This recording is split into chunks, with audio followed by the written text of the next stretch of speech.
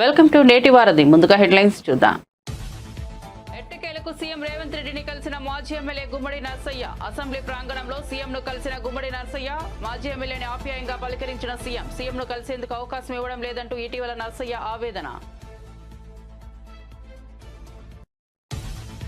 YV Subbareddy తల్లి పార్థివ దేహానికి నివాళులర్పించిన జగన్. నిన్న తెల్లవారుజామున తుది శ్వాస విడిచిన సుబ్బారెడ్డి మాతృమూర్తి. మేదరమెట్లలోని సుబ్బారెడ్డి నివాసానికి వెళ్లిన జగన్. సుబ్బారెడ్డి కుటుంబ సభ్యులను ఓదార్చిన జగన్. ట్రిపుల్ గురించి కీలక అప్డేట్ ఇచ్చిన కోమటిరెడ్డి. 2 నెలల్లో ట్రిపుల్ పనులు ప్రారంభించేందుకు గడ్కరీ హామీ ఇచ్చారన్న కోమటిరెడ్డి. 3 నుంచి 4 ఏళ్లలో పనులు పూర్తి చేస్తామని వెల్లడి. ఈ ప్రాజెక్టు పూర్తయితే హైదరాబాద్ రూపురేఖలు మారిపోతాయని వ్యాఖ్య. విశాఖలో ఏఐ స్పోర్ట్స్ యూనివర్సిటీలు ఏర్పాటు చేసే యోచనలో ఉన్నామన్న నారా లోకేష్. 2016లో ప్రైవేటు యూనివర్సిటీల బిల్లు తీసుకొచ్చామని, అందులోని లోపాలు సరిదిద్ది కొత్త చట్టం తెస్తామన్న మంత్రి.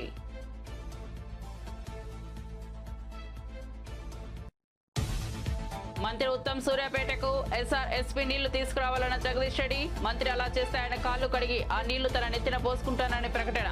పరిపాలన చేతకాక కాంగ్రెస్ వాళ్లు వ్యక్తిగత దూషణలకు దిగుతున్నారని ఫైర్. ఇక వార్త వివరాల్లోకి వెళ్తే, వైసీపీ రాజ్యసభ సభ్యుడు వైవి సుబ్బారెడ్డి మాతృమూర్తి పిచ్చమ్మ నిన్న తెల్లవారుజామున తుది శ్వాస విడిచిన సంగతి తెలిసిందే. ఆమె వయసు 85 సంవత్సరాలు. కొంతకాలంగా అనారోగ్యంతో బాధపడుతున్న ఆమె ఒంగోలులోని ఓ ప్రైవేట్ ఆసుపత్రిలో చికిత్స పొందుతూ కన్నుమూశారు. పిచ్చమ్మ పార్థివ దేహానికి వైసీపీ అధినేత జగన్ నివాళులర్పించారు. బాపట్ల జిల్లా మేదరమెట్లలోని సుబ్బారెడ్డి నివాసానికి జగన్ వెళ్లారు. ఈ సందర్భంగా ఆమె భౌతిక కాయానికి నివాళులర్పించి వైవి కుటుంబ సభ్యులను జగన్ ఓదార్చారు. ఈ సందర్భంగా జగన్ తో పాటు ఆయన తల్లి విజయమ్మ కూడా ఉన్నారు. సుబ్బారెడ్డి తల్లి అంత్యక్రియల్లో జగన్ పాల్గొనబోతున్నారు. హైదరాబాద్ చుట్టూ నిర్మించనున్న ట్రిపుల్ రీజనల్ రింగ్ రోడ్డు గురించి కేంద్ర మంత్రి నితిన్ గడ్కరీతో చర్చలు జరిపానని తెలంగాణ మంత్రి కోమటిరెడ్డి వెంకటరెడ్డి తెలిపారు. శాసన మండలిలో ఆయన మాట్లాడుతూ ట్రిపుల్ దక్షిణ భాగం అలైన్మెంట్ పూర్తి చేసి పంపుతామని చెప్పారు. ఈ ప్రాజెక్టు పూర్తయితే హైదరాబాద్ రూపురేఖలు మారిపోతాయని అన్నారు. 2 నెలల్లో పనులు ప్రారంభించేందుకు గడ్కరీ హామీ ఇచ్చారని కోమటిరెడ్డి తెలిపారు. 3.5 నుంచి 4 ఏళ్లలో దీన్ని పూర్తి చేస్తామని చెప్పారు. ట్రిపుల్ గురించి గడ్కరీని 7 సార్లు కలిశానని తెలిపారు. బీఆర్ఎస్ నేతల మాదిరి రోడ్లను అమ్ముకునే అలవాటు తమకు లేదని చెప్పారు. చేయాలి. మనం చూసిన గోకాపేట కానీ ఫైనాన్షియల్ డిస్ట్రిక్ట్ కానీ ఏ విధంగా రేట్లు పెరుగుతున్నాయి, మిడిల్ క్లాస్ మ్యాన్కి ఏ విధంగా ఇబ్బంది ఉంది. ఇంకా సిటీని కూడా అప్గ్రేడ్ చేయాలి. నేషనల్ హైవేకి 6 నేషనల్ హైవేస్ క్రాస్ అవుతుంది కాబట్టి వెహికల్స్ బయటికి వెళ్ళే విధంగా దాన్ని టేకప్ చేయాలి అని మా ప్రభుత్వం వచ్చి నేను మినిస్టర్ అయిన తర్వాత నేను 7th రోజు ప్రమాణ స్వీకారం చేస్తే 11th డిసెంబర్ రోజు గడ్కరీ గారి దగ్గరికి వెళ్ళి దాదాపు 2 అవర్స్ పాటు చర్చించి ఆ తర్వాత వరుసగా 7 సార్లు ఇప్పటికి గెలవడం అధ్యక్ష. లాస్ట్ విజిట్ మన 11th రోజు కూడా దాదాపు 2 గంటల పాటు మా అధికారులతో కలిపి మా పార్లమెంట్ సభ్యులతో కలిసి దీన్ని వేగవంతం చేయాలి, దీని అవసరం దృష్ట్యా అని చెప్పి వారి కోరడం. ఇప్పటికే నార్థన్ భాగానికి సంబంధించి 5 ప్యాకేజీలుగా చేసి దాదాపు 7,100 కోట్లతోని టెండర్లు పిలిచే కార్యక్రమం కూడా జరిగింది. కానీ కొన్ని పర్మిషన్స్ కానీ మళ్ళా క్యాబినెట్ అప్రూవల్ అయిన తర్వాతనే నేను చేయాలని చెప్పి అప్పుడు ఈ టెండర్స్ని కూడా ఓపెనింగ్ పోస్ట్పోన్ 2 సార్లు పోస్ట్పోన్ చేయడం జరిగింది. మొన్న 11th రోజు గడ్కరీ గారు గౌరవ కేంద్ర మంత్రి గారు ఆ రోజు నాకు హామీ ఇచ్చి 2 months లోపు ఇవన్నీ కూడా క్యాబినెట్లో అప్రూవ్ చేయించి నార్థన్ సైడ్ని వెంటనే పనులు ప్రారంభించే విధంగా చర్యలు తీసుకుంటామని చెప్పి చెప్పడం జరిగింది అధ్యక్ష. దాంతోపాటు అప్పుడే చెప్పాను, ఇప్పటికే మేము ఒక కన్సల్టెన్సీని రిక్రూట్ చేసుకొని సదరన్ భాగాన్ని కూడా, ఎందుకంటే నార్త్ చేసి అక్కడ వర్క్ స్టార్ట్ అయిన తర్వాత సదరన్ సంబంధించి అలైన్మెంటే అక్కడికి ఫిక్స్ కాలేదు.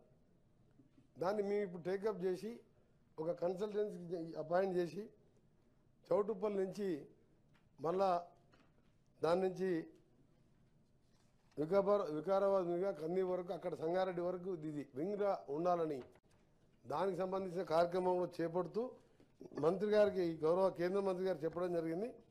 సైమల్టేనియస్గా దీన్ని కూడా చేస్తామని చెప్తే వారు కూడా ఒప్పుకొని మీరు వెంటనే డిపిఆర్ చేసి పంపమని చెప్పి వారు చెప్పడం జరిగింది. ఎట్టి పరిస్థితుల్లో మాది ఒకటే ఆలోచన ఏంటంటే, గతంలో మేము దూరదృష్టితో ఆలోచించి ఔటర్ రింగ్ రోడ్డుని నిర్మించి ఒక ఛాలెంజ్గా నిర్మించి అదే ప్రాంతంలో ఫైనాన్షియల్ డిస్ట్రిక్ట్, అదే ప్రాంతంలో కోకాపేట SEZ కానివ్వండి, అదే ప్రాంతంలో ఇందిరాగాంధీ ఇంటర్నేషనల్ ఎయిర్పోర్టు నిర్మించి ఈరోజు హైదరాబాద్ విశ్వనగరంలో ఈరోజు ప్రపంచంలో అసలు దేశంలో నెంబర్ 2 స్థానంలో ఆఫ్టర్ బెంగళూరు ఉన్నదంటే ఆ రోజు మా కాంగ్రెస్ ప్రభుత్వం రాజశేఖర రెడ్డి గారు ముఖ్యమంత్రిగా దాని లింక్ రోడ్ PV నరసింహ ఎక్స్ప్రెస్వేగా కలుపుతూ ORR నిర్మించింది అధ్యక్ష. కానీ దురదృష్టకరం ఏంటంటే ఎన్నికలకు 3 మాసాల ముందం అసలు ఎక్కడ దేశ చరిత్రలో ఎక్కడ చూడలే. నేను కూడా 25 సంవత్సరాలుగా 5 సార్లు ఎమ్మెల్యేగా, 2 సార్లు మంత్రిగా, ఎంపీగా ఉన్నాను తప్ప ఎప్పుడు కూడా ఒక రోడ్డుని హోల్సేల్గా 30 ఇయర్స్కు నామినల్ బేస్ మీద రోడ్ అమ్ముకున్నట్టే లెక్క అధ్యక్ష. లీజ్ అంటే 30 ఇయర్స్ అంటే చాలా లాంగ్ పీరియడ్. చాలా ORR మేము కట్టింది మీరు అమ్ముకున్నారు. RRRకి వస్తే ORRకు లింక్ ఉంటుంది దానికి. మీరు రేడియల్ రోడ్స్ కూడా అడిగినారు మా పెద్దలు జీవన్ రెడ్డి గారు. రేడియల్ రోడ్స్ కూడా ప్రపోజ్ చేస్తున్నారు. 33 రేడియల్ రోడ్ కూడా ప్రపోజ్ చేస్తున్నాం. HMDA ద్వారా కూడా రేడియల్ రోడ్ ప్రతిపాదన ఉన్నది. కానీ ఎంత అధ్యక్ష సంవత్సరానికి మాకు అప్పటికే 300-400 కోట్ల ఆదాయం వచ్చే రోడ్డుని ఎక్కడైనా చూసాం అధ్యక్ష ఈ ప్రపంచంలో? ఈ దేశంలో కాదు ప్రపంచంలో ఎక్కడ చూడలే. సరే ఇప్పుడు దాని విమర్శన కాదు, కానీ మేము పాత హిస్టరీ మాట్లాడుకుంటూ పోతే మాకు సమయం లేదు అధ్యక్ష. మీ ఎందుకంటే 10 సంవత్సరాలు వెనుకపోయిన తెలంగాణని అప్పులపాలు చేసి విధ్వంసం సృష్టించిన తెలంగాణని ఏ విధంగా ప్రపంచ హైడ్రా పేరుతో ప్రభుత్వంలోని పెద్దలు వసూళ్ల దందా నడిపిస్తున్నారని బీఆర్ఎస్ వర్కింగ్ ప్రెసిడెంట్ మాజీ మంత్రి కేటీఆర్ సంచలన వ్యాఖ్యలు చేశారు. మూసీ పేరుతో పేదల ఇళ్లపై పగబట్టారని ఆరోపించారు. ఈ మేరకు కేటీఆర్ ఎక్స్ వేదికగా కాంగ్రెస్ ప్రభుత్వం తీరును విమర్శిస్తూ పోస్టు పెట్టారు. ఫోర్త్ సిటీ పేరుతో ముఖ్యమంత్రి ఫ్యామిలీ రియల్ వ్యాపారం చేస్తోందని మాజీ మంత్రి దుయ్యబట్టారు. RRR పేరుతో పేదల భూముల ఆక్రమణకు పాల్పడుతున్నారని ఫైర్ అయ్యారు. పేదలపై ప్రతాపం చూపుతూ పెద్దలతో ఒప్పందం చేసుకుంటున్నారని విమర్శించారు. ఆర్టికల్ 14 ప్రకారం రాష్ట్రాలు ఎస్సీ వర్గీకరణ చేసుకోవచ్చని సుప్రీంకోర్టు తీర్పు నేపథ్యంలో ప్రవేశపెట్టిన ఎస్సీ వర్గీకరణ బిల్లుకు బీఆర్ఎస్ పార్టీ సంపూర్ణ మద్దతు తెలిపింది. మాజీ మంత్రి ఎమ్మెల్యే వేముల ప్రశాంత్ రెడ్డి మాట్లాడుతూ బీఆర్ఎస్ ఎప్పుడు దళితుల హక్కులకు అండగా ఉంటుందని అన్నారు.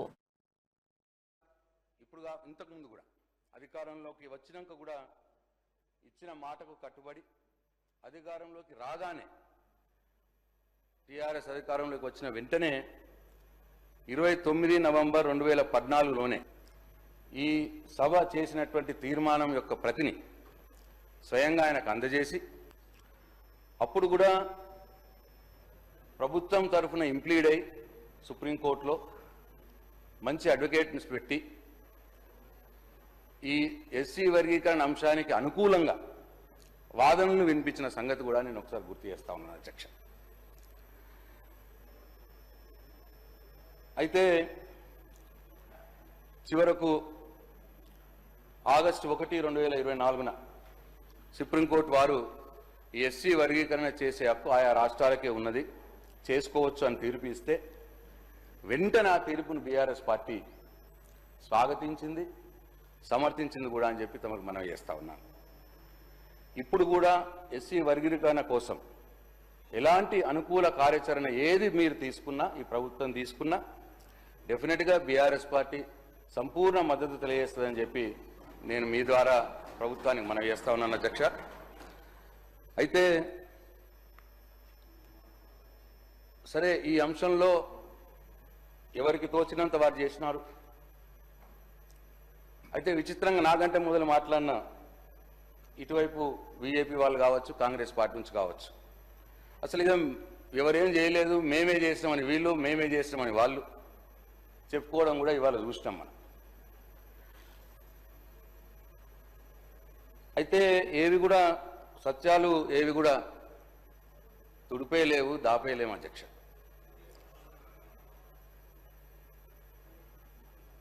డెఫినెట్గా అధ్యక్ష 2004 నుంచి 2014 మట్టుకు యూపీఏ గవర్నమెంట్ ఉన్నది.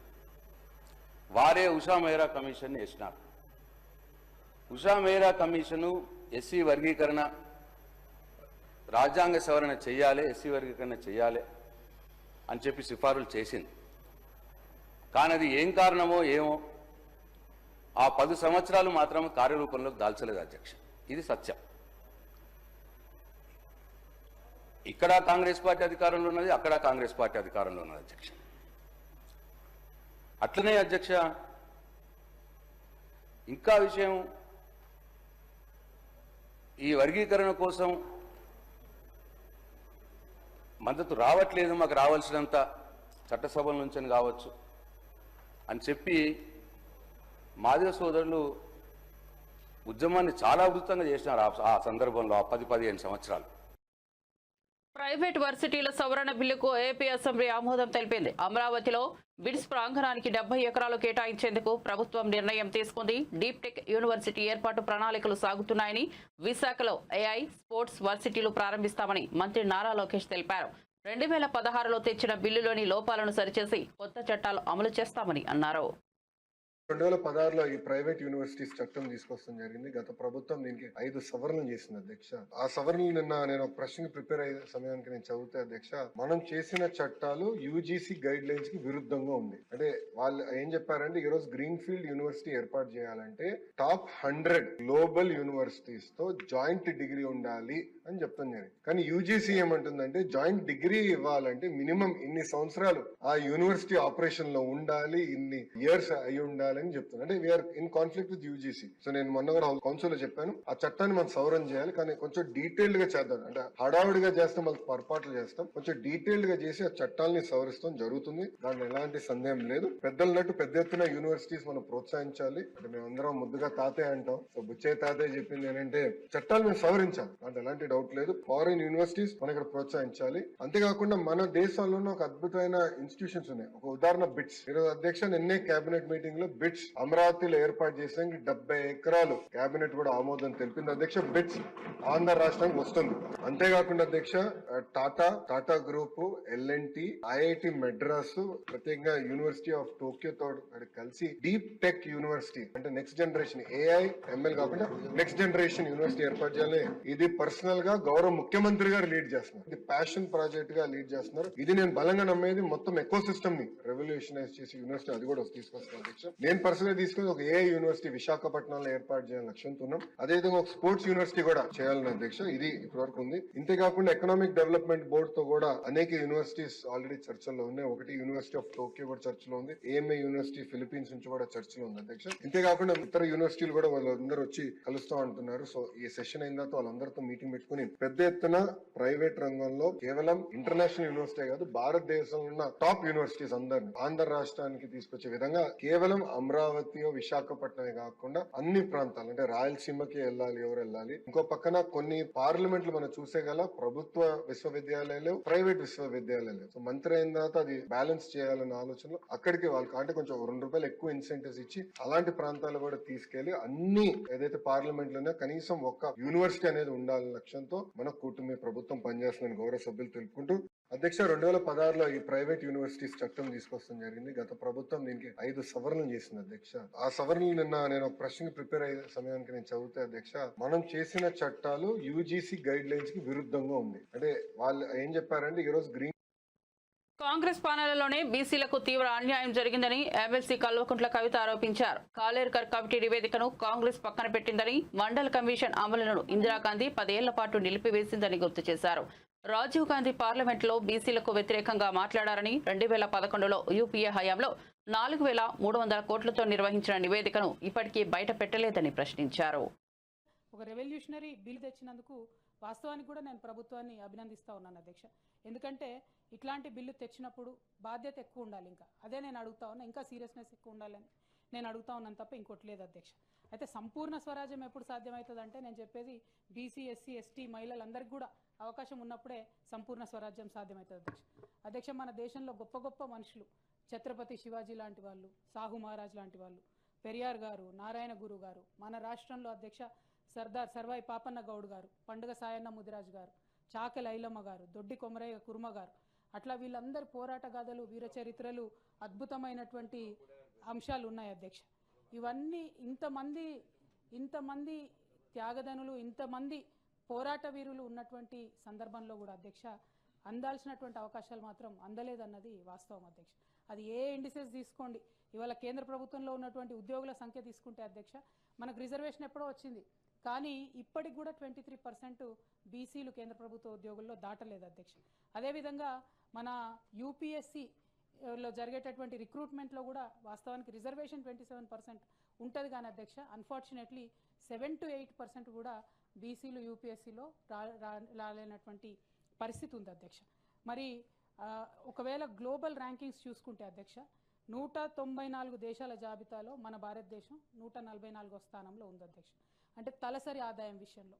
కానీ దేశ తలసరి ఆదాయం వర్సెస్ బీసీల తలసరి ఆదాయం చూసుకున్నట్లయితే అధ్యక్ష అసలు $2,500 పర్ హెడ్ మనది కంట్రీలో ఉంటే బీసీలకు ఉండేటటువంటి పర్ క్యాపిటల్ ఇన్కమ్ అధ్యక్ష $500 కూడా లేదు. అంటే అసమానతలు, ఇందాక అన్న ఏవిఎన్ రెడ్డి గారు అద్భుతంగా మాట్లాడారన్న, అసమానతలు మన దేశంలో ఎట్లా ఉన్నాయనేటటువంటి అంశం. మరి దీనికి కారణం ఎట్లా అధ్యక్ష? మన దేశంలో సంపదను చూసినట్టయితే 50% జనాభా ఉన్న బీసీల దగ్గర కేవలం 15% మాత్రమే సంపద ఉంది అధ్యక్ష. ఎందుకు వచ్చింది ఈ అసమానతలు అని అంటే డెఫినెట్గా ప్రపంచీకరణ జరిగింది అధ్యక్ష, పారిశ్రామికీకరణ జరిగింది, సాంకేతిక పురోభివృద్ధి జరిగింది. అయితే ఈ బీసీ అని కాన్సెప్ట్ మనం లూజ్గా వాడుతున్నాం, కానీ ఈ బీసీలలో భిన్న వృత్తుల సమాహారం ఉన్నటువంటి వ్యక్తులు ఉంటారు అధ్యక్ష. ఒకటే టైప్ వ్యక్తులు ఉన్నారు, అన్ని వృత్తులు చేసినటువంటి వాళ్ళందరూ ఉంటారు. కాబట్టి ఎప్పుడైతే ప్రపంచీకరణ జరిగిందో, ఎప్పుడైతే పారిశ్రామికీకరణ జరిగిందో, ఇండస్ట్రియలైజేషన్ జరిగిందో అధ్యక్ష, ఎప్పుడైతే సాంకేతిక పురోభివృద్ధి జరిగిందో అప్పుడు శ్రమ, పెట్టుబడి, ఉత్పత్తి ఇవి ప్రధానంగా జరిగి గ్రామాల్లో ఉన్నటువంటి సాంప్రదాయ వృత్తులన్నీ పోయి అందరూ కూడా పట్టణాలకు వలసలు వచ్చేటటువంటి పరిస్థితి వచ్చింది. నిన్న కూడా ఇక్కడ బీఆర్ఎస్ నేత మాజీ మంత్రి జగదీష్ రెడ్డి మీడియాతో మాట్లాడుతూ కీలక వ్యాఖ్యలు చేశారు. సూర్యాపేటలో పంటలు ఎండిపోతున్నాయని, ఎండిపోయిన పంటకు కాంగ్రెస్ ప్రభుత్వం ఎకరాకి 30,000 పరిహారంగా ఇవ్వాలని డిమాండ్ చేశారు. రాష్ట్ర నీటిపారుదల శాఖ మంత్రి ఉత్తమ్ కుమార్ రెడ్డి సూర్యాపేటకు ఎస్ఆర్ఎస్పీ దేవహదుల ప్రాజెక్టు నీళ్లు తీసుకొస్తే ఆయన కాళ్లు కడిగి ఆ నీళ్లు తన నెత్తిన చల్లుకుంటానని అన్నారు. ప్రభుత్వం, మంత్రులు చేతకాని మాటలు మాట్లాడుతున్నారని ఈ సందర్భంగా జగదీష్ రెడ్డి విమర్శించారు. ఈ రైతాంగాన్ని, వేలాది లక్షలాది రైతాంగాన్ని చావగొడుతున్నారు మొత్తము.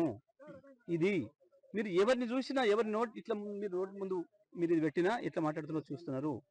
రైతులు ఏ రకంగా పోటీపడి ముందుకు వస్తున్నారో చూస్తున్నారు. నేను మాట్లాడదా అంటే నేను మాట్లాడతా అని. రేవంత్ రెడ్డి బట్టలు ఇప్పుతావు, బట్టలు ఇప్పు తీసుకొడతావా?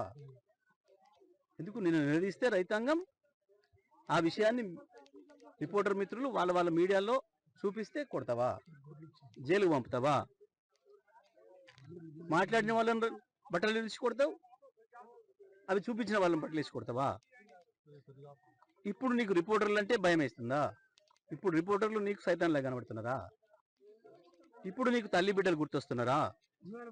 5 ఏళ్ళుగా నువ్వు మాట్లాడిన భాష, నువ్వు ఏ నియోజకవర్గానికి పోయినా అక్కడ ఉన్న స్థానిక మంత్రుల గురించి, శాసనసభ్యుల గురించి నువ్వు మాట్లాడిన భాష, నువ్వు వాడిన పదాలు, కేసీఆర్ కుటుంబం గురించి నువ్వు మాట్లాడిన పదాలు, కేసీఆర్ కుటుంబం కొడుకు కూతురు రాజకీయాలు ఉన్నారు కాబట్టి మాట్లాడినంటే సరిపోతుందేమో.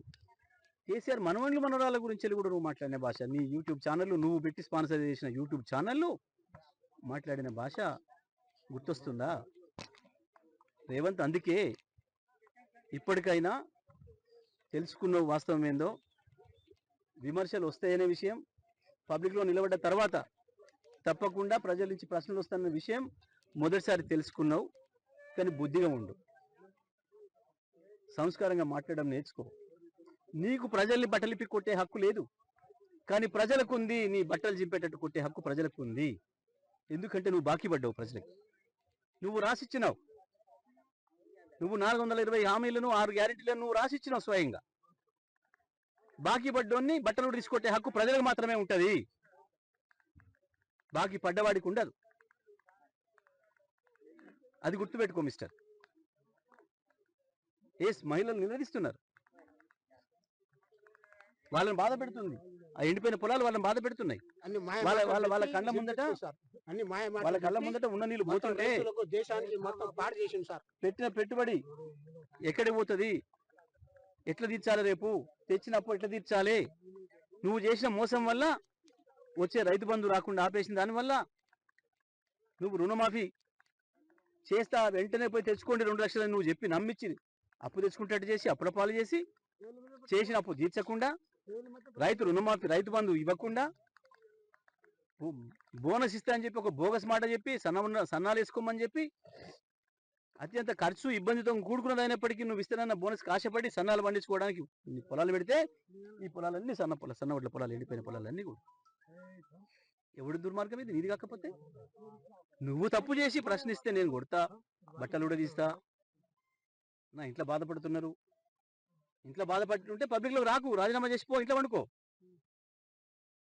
పబ్లిక్లో నిలబడి కాగితాలు ఇచ్చి రాసిచ్చి హామీలు ఇచ్చి మోసం చేసి ఇలా నన్ను తిడుతున్నారు మెచ్చుకునే పని చేస్తే మెచ్చుకుందరు ఎందుకు ఇవాళ కేసీఆర్ని గుర్తు చేసుకుంటున్నారు మళ్ళీ ప్రజలు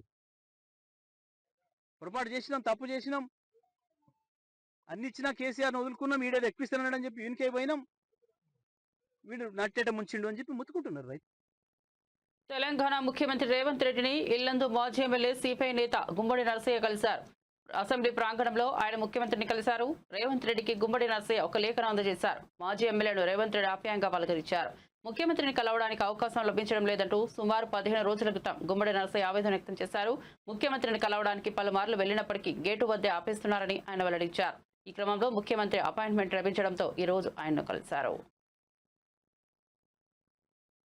సికింద్రాబాద్ కు చెందిన వీసంశెట్టి యాదగిరి 100వ పుట్టినరోజు వేడుకలను ఆయన కుటుంబ సభ్యులు ఘనంగా నిర్వహించారు. 1925లో జన్మించిన ఆయన 100 ఏళ్లు పూర్తి చేసుకున్నారు. ఈ సందర్భంగా ఆయన కుమారుడు ప్రేమ్ సాగర్ వేడుక చేశారు. ఈ కార్యక్రమంలో కుటుంబ సభ్యులు పాల్గొని యాదగిరితో ఫోటోలు తీసుకుని సందడి చేశారు. కుటుంబ సభ్యులంతా ఒకచోట చేరి తన పుట్టినరోజు వేడుకగా చేయడం సంతోషంగా ఉందని యాదగిరి తెలిపారు. మా స్నేహితులు తమ్ముళ్ళు స్నేహితులు కామారెడ్డి నిజామాబాద్ సిరిసిల్ల వరంగల్ కరీంనగర్ ఇలా సిటీల నుంచి ఒక రెండు నుంచి చాలా వచ్చాను వాడు చాలా కష్టపడి వచ్చాను వాడిని మరి ధన్యవాదాలు. నా పేరు చెప్పి ఆగపల్లి ఇబ్రాహీంపట్నం తాలూకాలో ఆగపల్లిలో పుట్టాను. ఆగపల్లి పెరిగి ఆగపల్లిలో 3వ తరగతి 4వ తరగతి చదువుకొని ఆగపల్లికి వెళ్ళి అక్కడ ఆంధ్ర వ్యాపారంచే వ్యాపారం బట్టలు రావడం సినిమా వ్యాపారం చేసి అనేవాడిని. అక్కడ కొన్ని రోజుల తర్వాత సికింద్రాబాద్ వచ్చాము. సికింద్రాబాద్ సికింద్రాబాద్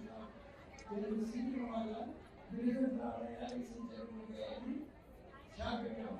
2 రోజులు విడిపోయాము. విడిపోయిన తర్వాత మరి సెంచరీ ఆఫీస్ కాబట్టి లోపల వ్యాపారం చేసుకున్నాము. బొమ్మ వ్యాపారంలో పేదవాళ్ళు ఈ సిమెంట్ చాలా సాయం చేశారు. ఉన్నాయన కేసీపీ సిమెంట్ చాలా పెద్ద వ్యాపారం చేశారు. చాలా బాగా సంపాదించారు. అక్కడి నుంచి శ్రీనివాసం వాళ్ళు వచ్చి శ్రీనివాసం మా నాన్నగారు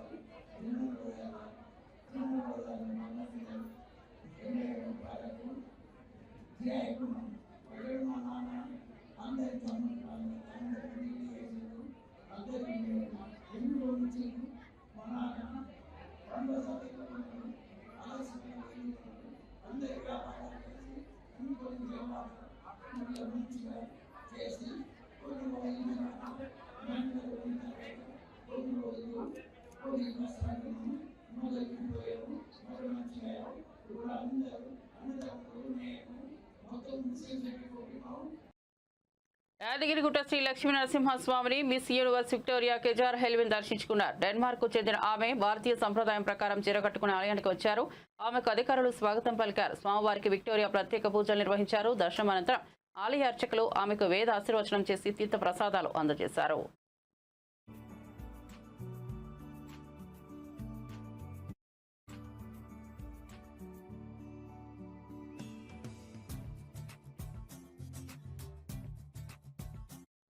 బులెటిన్ ముగించే ముందు హెడ్లైన్స్ మరోసారి చూద్దాం. ఎట్టకేలకు సీఎం రేవంత్ రెడ్డిని కలిసిన మాజీ ఎమ్మెల్యే గుమ్మడి నరసయ్య. అసెంబ్లీ ప్రాంగణంలో సీఎంను కలిసిన గుమ్మడి నరసయ్య. మాజీ ఎమ్మెల్యేని ఆప్యాయంగా పలకరించిన సీఎంను కలిసేందుకు అవకాశం ఇవ్వడం లేదంటూ ఇటీవల నరసయ్య ఆవేదన. వైవి సుబ్బారెడ్డి తల్లి పార్థివ దేహానికి నివాళులర్పించిన జగన్. నిన్న తెల్లవారుజామున తుది శ్వాస విడిచిన సుబ్బారెడ్డి మాతృమూర్తి. మేదరమెట్టలోని సుబ్బారెడ్డి నివాసానికి వెళ్లిన జగన్. సుబ్బారెడ్డి కుటుంబ సభ్యులను ఓదార్చిన జగన్. ట్రిపుల్ R గురించి కీలక అప్డేట్ ఇచ్చిన కోమటిరెడ్డి 2 నెలల్లో ట్రిపుల్ R పనులు ప్రారంభించేందుకు గడ్కరీ హామీ ఇచ్చారన్న కోమటిరెడ్డి 3 నుంచి 4 ఏళ్లలో పనులు పూర్తి చేస్తామని వెల్లడి. ఈ ప్రాజెక్టు పూర్తయితే హైదరాబాద్ రూపురేఖలు మారిపోతాయని వ్యాఖ్య. విశాఖలో AI స్పోర్ట్స్ యూనివర్సిటీలు ఏర్పాటు చేసే యోచనలో ఉన్నామన్న నారా లోకేష్ 2016లో ప్రైవేటు యూనివర్సిటీల బిల్లు తీసుకొచ్చామని అందులోని లోపాలు సరిదిద్ది కొత్త చట్టం తెస్తామన్న మంత్రి.